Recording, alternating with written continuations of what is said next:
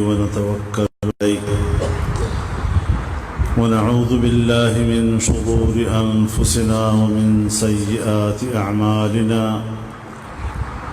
من يهده الله فلا مضل له ومن يضلله فلا هادي له ونشهد أن لا إله إلا الله وحده لا شريك له ونشهد أن سيدنا وسندنا ومولانا محمدا عبده ورسوله صلى الله تعالى على خير خلقه محمد وعلى آله وصحبه وبارك وسلم تسليما كثيرا كثيرا.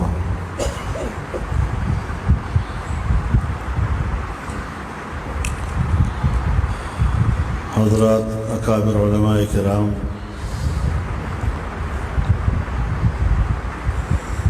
بزرگان محترم، طلباء عزیز،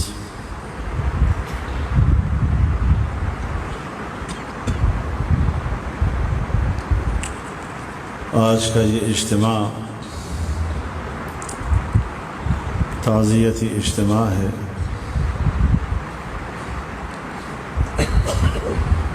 اور ہم سب یہاں اپنے مخدوم مکرم حضرت مولانا محمد طلحہ صاحب کی وفات پر انہیں تعزیت پیش کرنے کے لیے ان کے متعلقین و متوسلین اور ورثاء کو تعزیت پیش کرنے کے لیے جمع ہوئے ہیں.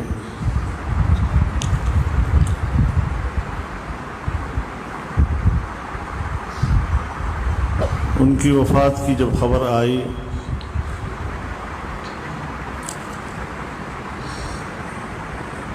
تو طبی طور پر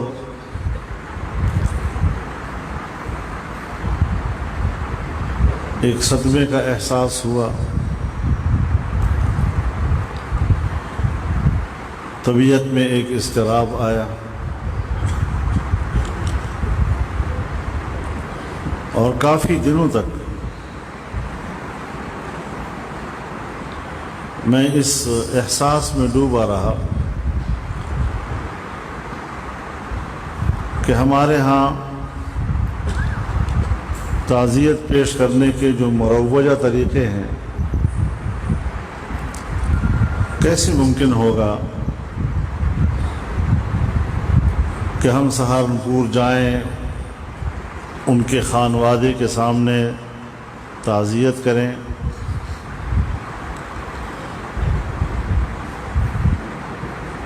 دونوں ملکوں کے حالات کو سامنے رکھتے ہوئے کوئی شکل سمجھ میں نہیں آ رہی تھی کہ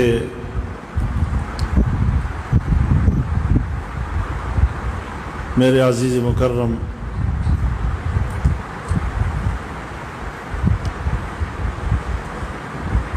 عمر عبدالحفیظ نے مجھے پیغام دیا کہ ہم پاکستان کے مختلف شہروں میں ان کے لیے تعزیتی اجتماعات کرنا چاہتے ہیں. چنانچہ ان تاریخوں کا تعین بھی ہوا اور انہوں نے ہم سب پر مہربانی کی، سب پر کرم کیا. اور پھر مولانا طلحہ صاحب کی شخصیت ایسی شخصیت ہے کہ ان کی تعزیت کے مستحق ان کے اپنے گھر کے اور خاندان کے لوگ نہیں، ہم سب ان کا خاندان ہے اور ہم سب تعزیت کے مستحق ہیں. اور انہوں نے اس کا اہتمام فرمایا جس کے لیے میں ان کا شکر گزار بھی ہوں. اس وقت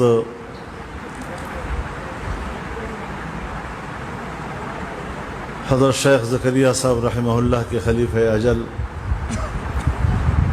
حضرت مولانا عبدالحق صاحب رحمہ اللہ کا پورا خانوادہ یہاں تشریف فرما ہے، اور یقیناً اس خانوادے نے حضرت شیخ کے خانوادے کے ساتھ تعلق کا حق ادا کیا ہے۔ اللہ ان کو جزائے خیر عطا فرمائے۔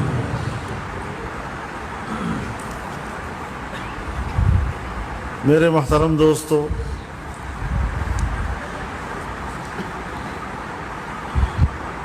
ان کی یاد میں اجتماعات کا انعقاد در حقیقت ان کے ساتھ تعلق کا اظہار ہوتا ہے۔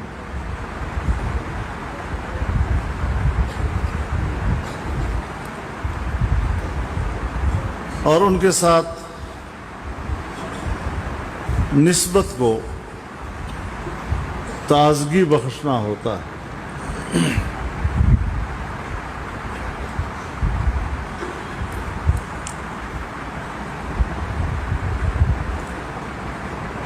غالباً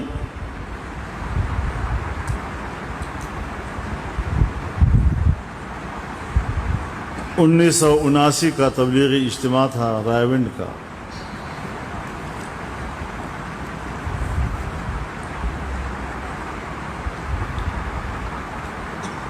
ہم بھی اسی سال دارالعلوم حقانیہ سے فارغ ہوئے تھے، اور قاسم العلوم ملتان میں نے تدریس شروع کی تھی، اور ہم تبلیغی اجتماع میں شرکت کے لیے آئے تھے۔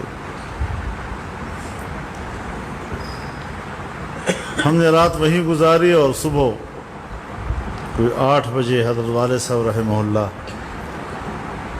حضرت مولانا عبید اللہ انور صاحب رحمہ اللہ، حضرت مولانا اجمل خان صاحب رحمہ اللہ، اور حاجی غلام دستگیر صاحب رحمہ اللہ ایک ہی گاڑی میں تشریف لائے،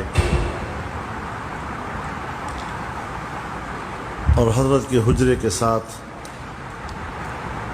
مسجد کے ہال میں بیٹھ گئے۔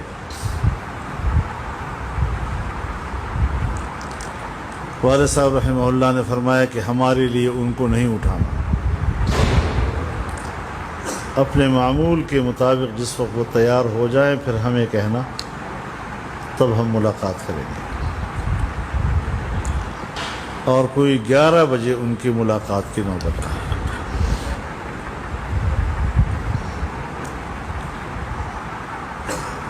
میرے ایک استاد جو دارالعلوم حقانیہ میں میرے جانے اور وہاں داخلہ لینے کا باعث بنے تھے، حضرت مولانا محمد علی صاحب رحمہ اللہ سوات کے تھے، وہ حضرت شیخ کے شاگرد تھے، مظاہر العلوم سہارنپور کے فارغ التحصیل تھے، اور ہم نے دورہ حدیث میں طحاوی شریف اور ترمذی شریف کا کچھ حصہ انہی سے پڑھا تھا۔ تو جیسے ہم بالواسطہ حضرت شیخ کے شاگرد بھی تھے۔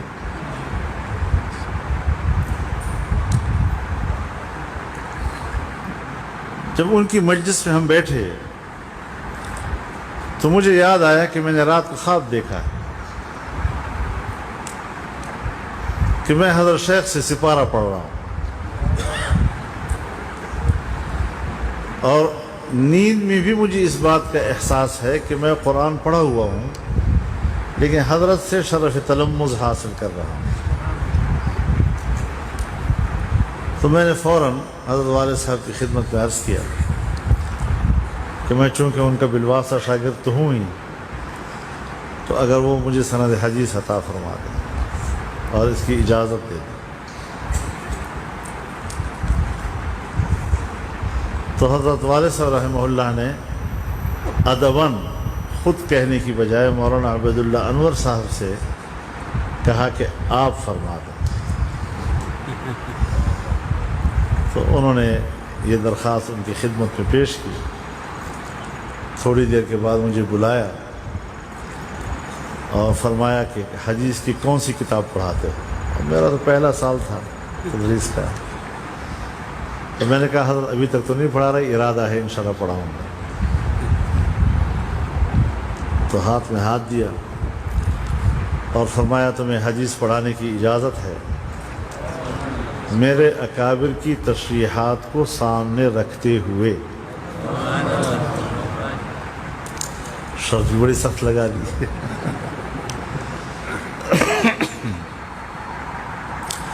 میں نے خود اس کا ایک مفہوم اپنے ذہن میں متعین کیا کہ جس طرح قرآن ہم تک پہنچا ہے تو قرآن کی تفسیر بھی سند رکھتی ہے، جس طرح حدیث کا متن سند رکھتا ہے تو حدیث کی تشریح بھی ایک سند رکھتی ہے۔ تو ہمارے اکابر نے جس طریقے سے اپنے اکابر و اسلاف سے اور اساتذہ سے اس کی تشریحات وصول کی ہیں، یہی ان کا مقصد ہو سکتا ہے۔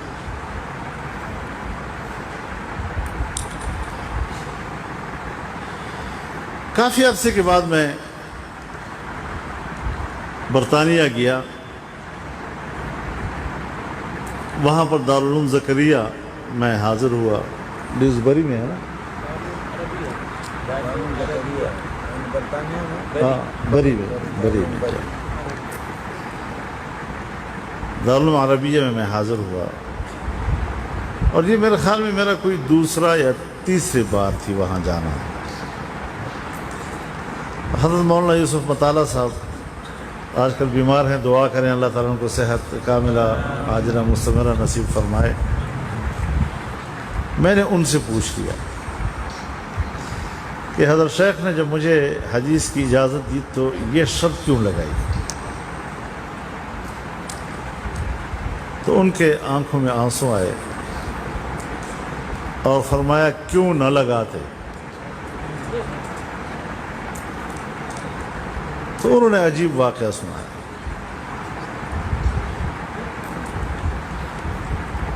فرمایا کہ حضرت شیخ نے خود فرمایا مجھے کہ ایک رات میں نے خواب میں جناب رسول اللہ صلی اللہ علیہ وسلم کی زیارت کی، اور آپ نے فرمایا کہ مولوی خلیل احمد نے بذل المجہود میں میرے ایک حدیث کی توجیح کی ہے جو غلط ہے، ان کو بتا دو کہ اس کی توجیح یہ نہیں یہ ہے۔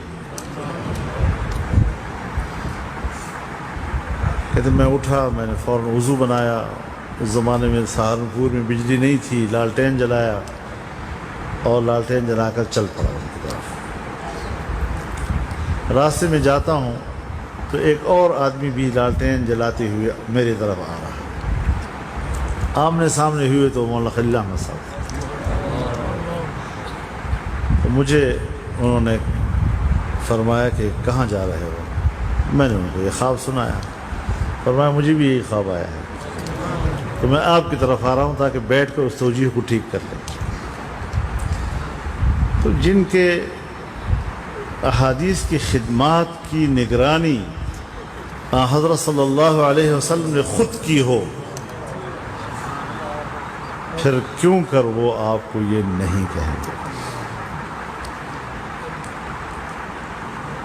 اور بذل المجہود کا ایک نسخہ قاسم العلوم ملتان نے بھی چھاپا، مکتبہ قاسمیہ نے، اس پر حضرت مفتی صاحب رحمہ اللہ کے تقریض ہے، تو اس میں انہوں نے یہ الفاظ درج کیے ہیں کہ میں نے سنن ابو داؤد کی تمام شروح کا مطالعہ کیا ہے، بذل المجہود کو اس تمام سے بڑھ کر پایا ہے، اور پھر ان کی یہ رائے اپنے اکابر دیوبند اور اساتذہ دیوبند کے تمام شراح حدیث کے بارے میں تھی۔ تو جناب رسول اللہ صلی اللہ علیہ وسلم تک ہمارا جو سلسلہ ہے علوم کا، احادیث کا، تفاسیر کا، وہ ہمارے انہی اکابر سے گزر کے وہاں جاتے ہیں۔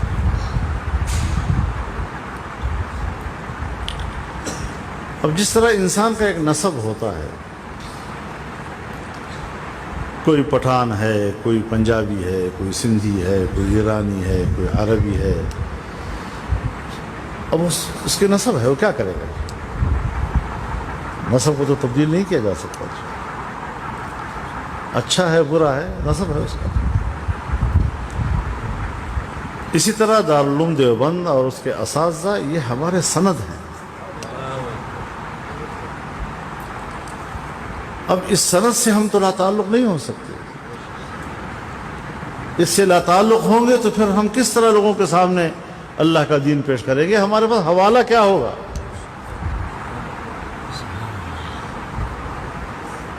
لیکن ہم نے خدا جانے اپنے دارالعلوم کو اور علم کے اس سلسلے کو اور سند کے اس سلسلے کو کیا بنا دیا ہے، سمجھ میں نہیں آتی بات۔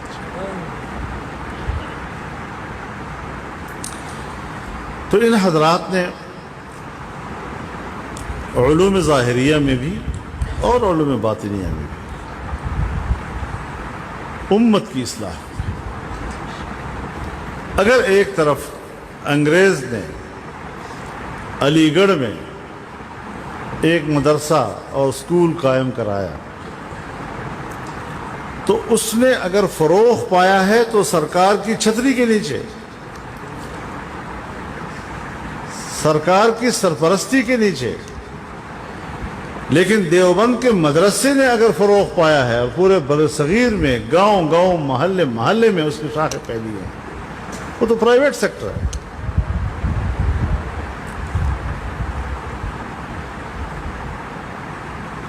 یہ ان اکابر کا ہم پر احسان ہے۔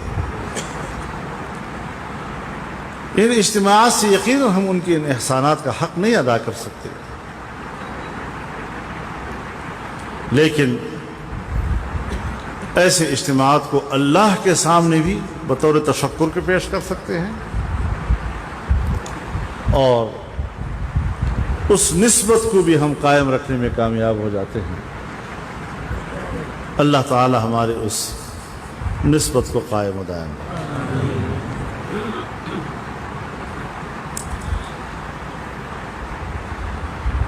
اس مدرسے نے تمام میدانوں میں کام کیا۔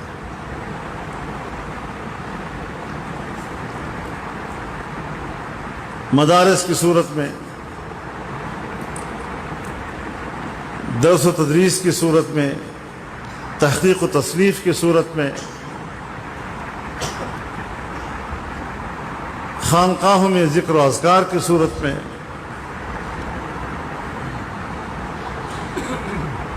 میدان سیاست میں، ہر محاذ پر کام کیا۔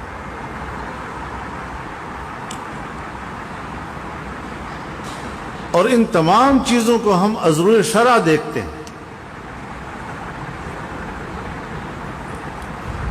اور ان تمام شعبوں میں ہم ان اکابر کو اپنا سند تسلیم کرتے ہیں۔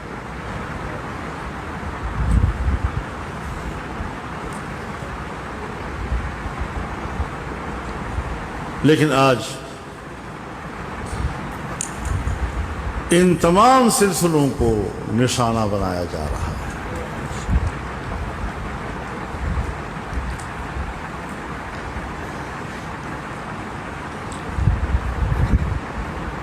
اگر ہمارا تعلق جمعیت علماء اسلام سے ہے تو جمعیت علماء کے مؤسس حضرت شیخ الہند محمود حسن رحمہ اللہ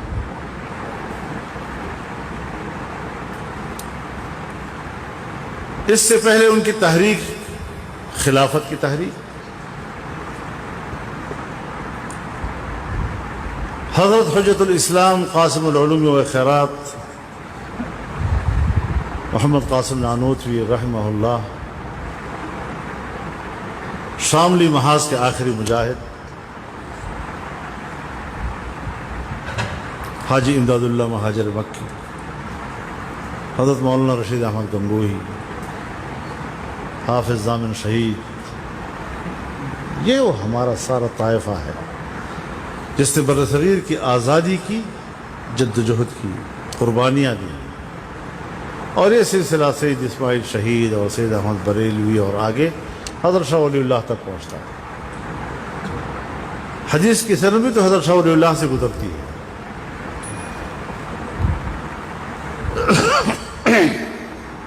تو ان تمام شعبوں کو ان حضرات نے اپنی محنتوں سے سنوارا ہے، اور آج ہم اور آپ انہی کے امین ہیں۔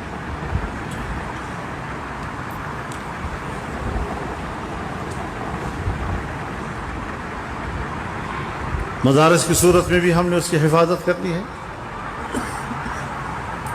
خانقاہوں کی صورت میں بھی ہم نے اس کی حفاظت کرنی ہے، سیاسی محاذ پر بھی ہم نے اس کی حفاظت کرنی ہے،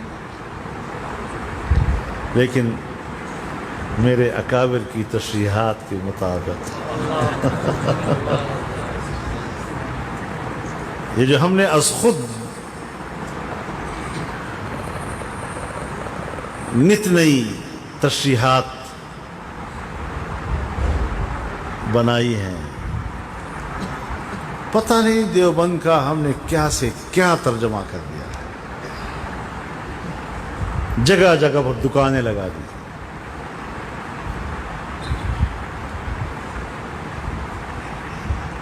اس ماحول میں بھی ہمیں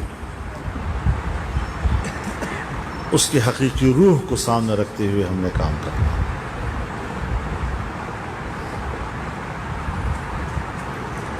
اور پھر سیاست کا محاذ تو بہت سخت محاذ ہے، بے رحم قسم کا محاذ ہے۔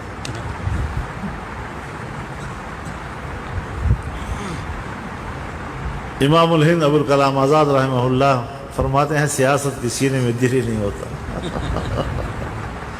ایک روایت میں ہے کہ پتھر کا دل ہوتا، تو اس میں آزمائشیں بھی آتی ہیں۔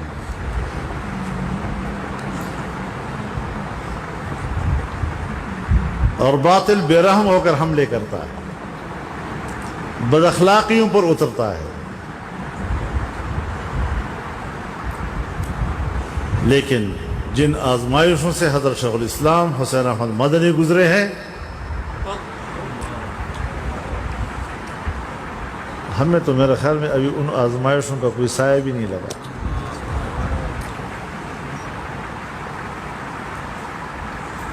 لیکن یہ محاذ ہے، یہ میدان ہے۔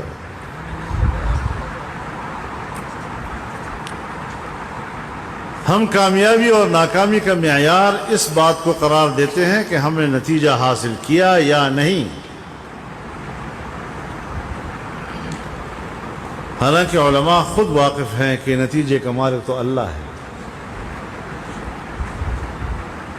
اور ہم سے تو نتیجے کے بارے میں پوچھا بھی نہیں جائے گا۔ لیکن اس موقع پر دین کو اور حق کے کلمے کو ضرورت پڑی تو تمہارا کردار کیا تھا، تمہاری آواز تھی یا نہیں، تمہاری جدوجہد تھی یا نہیں، اس بارے میں پوچھا جائے گا۔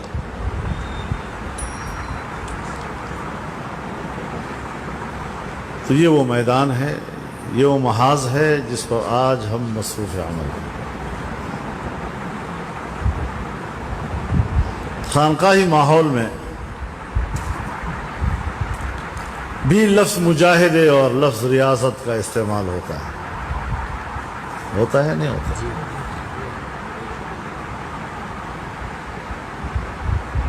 اور مجاہدہ اور ریاضت ہے کس چیز کا نام؟ مادیت اور روحانیت کے تصادم کا نام ہے۔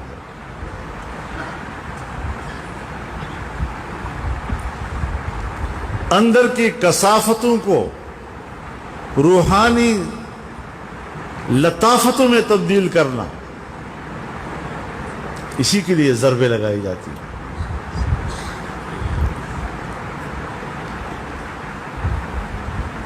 پھر ہم نے اس کا نام مجاہدہ رکھ دیا، ہم نے اس کا نام ریاضت رکھ دیا۔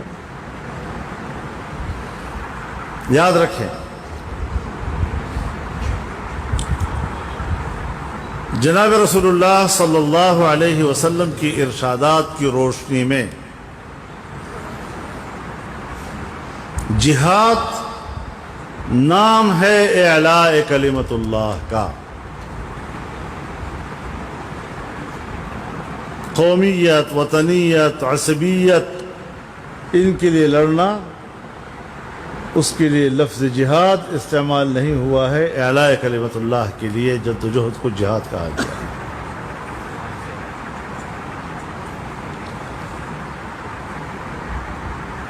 اب اگر ایک شخص جمعیت علماء سے اس لیے وابستہ ہے کہ میں نے اعلاء کلمت اللہ کے لیے اپنی زندگی صرف کرنی ہے،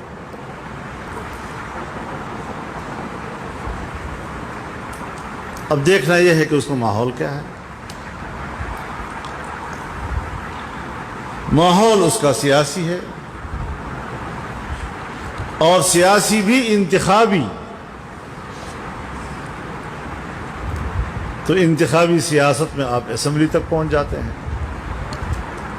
تو اسمبلی سے آگے آپ حکومت میں پہنچ جاتے ہیں. جب آپ حکومت میں پہنچتے ہیں